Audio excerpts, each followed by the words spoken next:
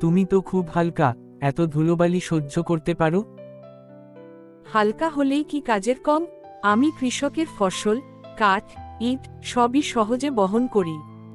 সেটা ঠিক, কিন্তু তোমাকে তো আমার পেছনে জুড়ে নিয়ে যেতে হয়। আমি না থাকলে তুমি নড়তেই পারবে না। সত্যি বলেছ, কিন্তু তোমার শক্তি কাজে লাগে তখনই যখন আমার মতো বাহন থাকে।